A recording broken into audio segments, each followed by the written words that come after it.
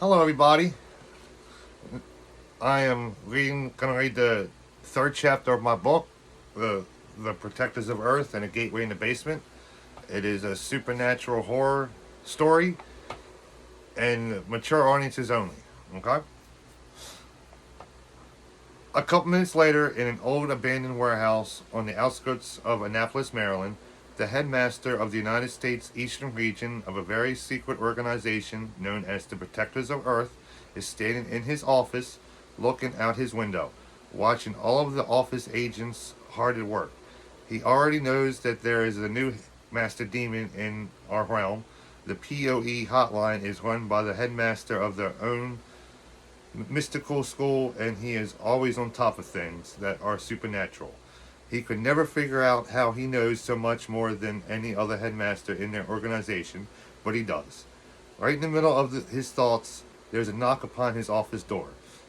Enter! The headmaster walks back over behind his desk and looks towards his office door. I'm sorry to disturb you, sir, but we have new revealing news about this new master demon.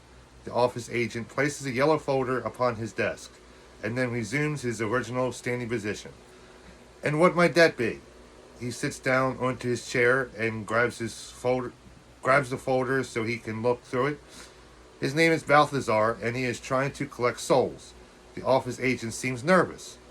I already know that. I am more involved than you are. The thing I need to know from you is that if my grandson is on his way. Yes, that's another thing. He has just arrived. Well, don't let him stand out there waiting. This cannot wait. Next time you come in here, however, I want to know something important. Yes, sir. The office agent quickly turns on his left heel and exits the office. As soon as the room is cleared, Nick enters looking a little tired. He immediately sits down onto one of the chairs that are right across the headmaster. I'm happy to see you, Nick. I just wish that it could be on better circumstances. It's alright, headmaster. It is one of the disadvantages of being an agent for the Protectors of Earth. He yawns. Ugh. Well, when you are more fully awake, I want you to look through this. The headmaster hands Nick the yellow envelope that his office agent handed him. This is your new mission. Yeah, sorry, I was out late last night. Nick takes the envelope, not wanting his grandfather to know that he was sleeping with his girlfriend when he got the call. He opens the envelope and begins to skim through it. Once you read through the entire packet, you will realize that the new master demon's name is Balthazar, and he has already killed 5 people and stole their souls. I know the deal. This isn't my first time doing this. You should know because you have been teaching me this since I was a child. Nick closes the envelope and places it upon his lap. Have you spoken with your sister lately? The headmaster asks. The last time I talked to her, she's told me that she is helping out her fiance's team of vampire slayers. Nick stands up from his seated position with the folder that his grandfather just handed to him. Well, I'm going to keep on trying until I get a hold of her, but I want you to go to that address and call me to tell me what the situation really is. These office agents are helpful, but I need somebody there to tell me what they can. The headmaster grabs his phone once again to try to call Rebecca once again. I'll do what I have to, headmaster. I know you will. Nick exits the office with confidence, knowing exactly what he has to do. Now all I got to do is get a hold of Rebecca. The headmaster begins to dial his granddaughter's cell phone number. Eventually, she will answer. A little later, Jacob and Brittany walk into their apartment complex with smiles on their faces. Both of them enjoyed each other's company. Hey, what the hell? Jacob sees the open doorway first. His instincts tell him to enter and find out what actually happened. Wait, don't go in there. Brittany isn't going to leave his side, so she walks in his stride. Once they get into the apartment, they both witness firsthand the bodies and the blood that they really did not need to see. Who would do something like this? Jacob asks himself as he looks in the middle-aged couple. But Brittany is too preoccupied puking next to the television set to respond. So Jacob moves on and enters the hallway. Where are you going? Brittany wipes off all the vomit off of her mouth. She did not want to go any farther into this apartment, but yet she did not want to be alone either. I'm going to go investigate. Shit like this never happens around me. He walks deeper into the hallway and notices one closed door and another door that is upon the carpet. Well, wait a minute. I will come with you. She musters up some courage and walks into the hallway so she can be close to Jacob. Once Brittany is standing next to Jacob, she sees that the mutilated corpses don't stop. The body of a teenage boy is in two pieces on each side of the room. The head and the shoulders are on the far side near the window, while his legs and torso are lying right next to her feet. She could not take it anymore, so she walks back out into the hallway and takes a seat in front of the only room that has not been searched yet. Are you okay? Jacob enters the hallway and sees that Brittany is not doing so well. Not really. I'm going to go back to your apartment now. I'm not used to seeing so many dead people. It's making me nauseous. I got one more room to investigate. If you want to go back, go ahead. No, I will wait for you. Brittany is scared out of her wits, but Jacob seems to be brave enough for the both of them at the moment, as he enters the only room that hasn't not been checked. Once inside, he realizes that at least these two were having fun before they were killed. But knowing that there is not anything left in the apartment for him to investigate, Jacob takes Brittany's hand and they quickly leave the apartment. As they walk back into Jacob's apartment, Brittany immediately notices that he has changed from being brave to being angry in about 10 minutes. What the hell is going on around here? He punches the wall that is right beside the now closed door, leaving a dent, along with pain in his right hand. But his adrenaline is pumping so fast he barely feels anything. Now how should I know?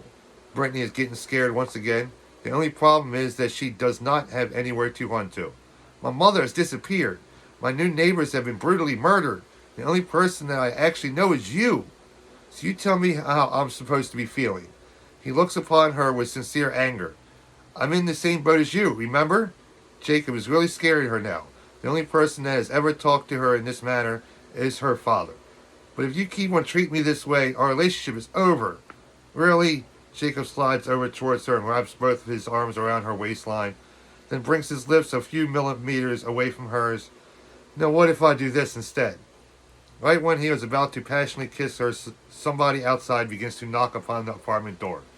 He is half tempted to ignore it, but seeing what is going on in his new neighborhood, he decides that answering it would be the best bet. A 22-year-old man is standing at the other end of the now open doorway, staring at him.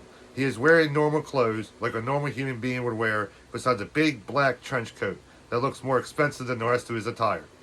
May I help you? Jacob is all curious who this guy is and what he might want. Is your name Jacob Whitmore? He asks. It depends on who is asking.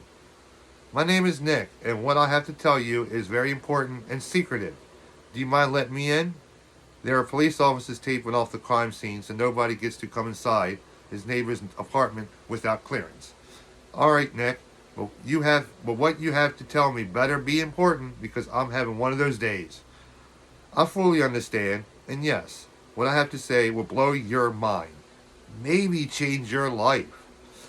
Jacob, believing with Nick's words, lets him inside his apartment. Once Nick is completely inside and staring at Brittany, Jacob closes and locks the door. So I take it that what you have to tell us is about the dead people next door, Jacob asks. He notices that Nick seems to like his girlfriend. It has something to do with them, yes, but what I have to tell you is way more secretive than a couple of dead bodies. Well, don't just stand there silently. What is it that you know? Brittany stands up to make sure she's noticed. I work for a secret organization that seeks out and kills evil supernatural beings. Nick starts to explain. You're talking about demons, zombies, werewolves, and vampires, right? Brittany cuts him off. Like I'm supposed to believe that. And you tell me that everything I've ever seen in a horror movie is real? Jacob is beside himself. Just about. Nick senses that Jacob does not believe him, but he also senses that he will believe it in a couple of minutes, as he notices the ventilation duct beside the couch begins to glow red. So he unsheathes his sword in anticipation towards the Class B demons he is going to have to kill in a matter of a couple of minutes. What are you doing? You're about to see for yourself, with your own two eyes, that I am speaking the truth.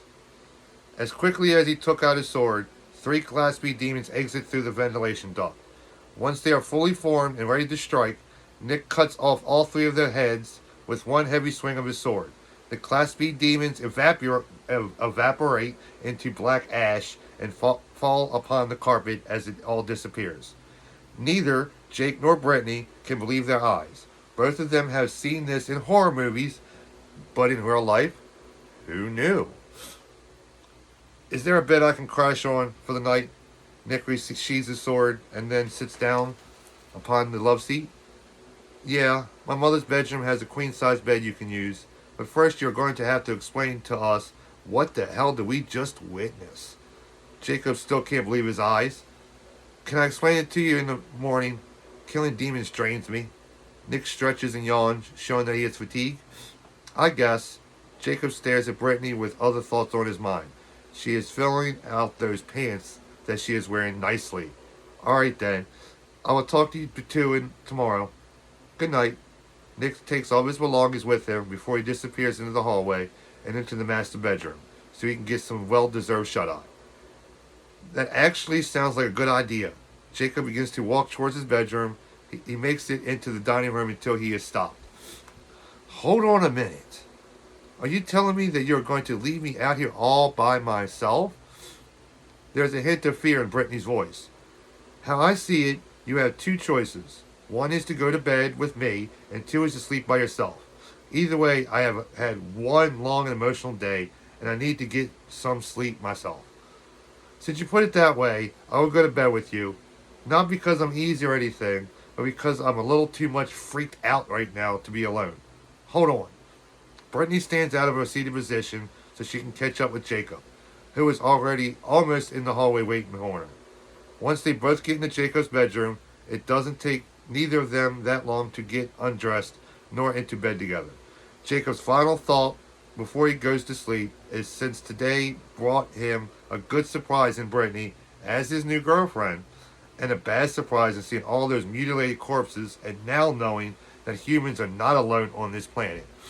His only question is how bad it will get tomorrow when he wakes up for another day. Well, that's the third chapter of my book. Tell me what you think. Chapter 4 to come.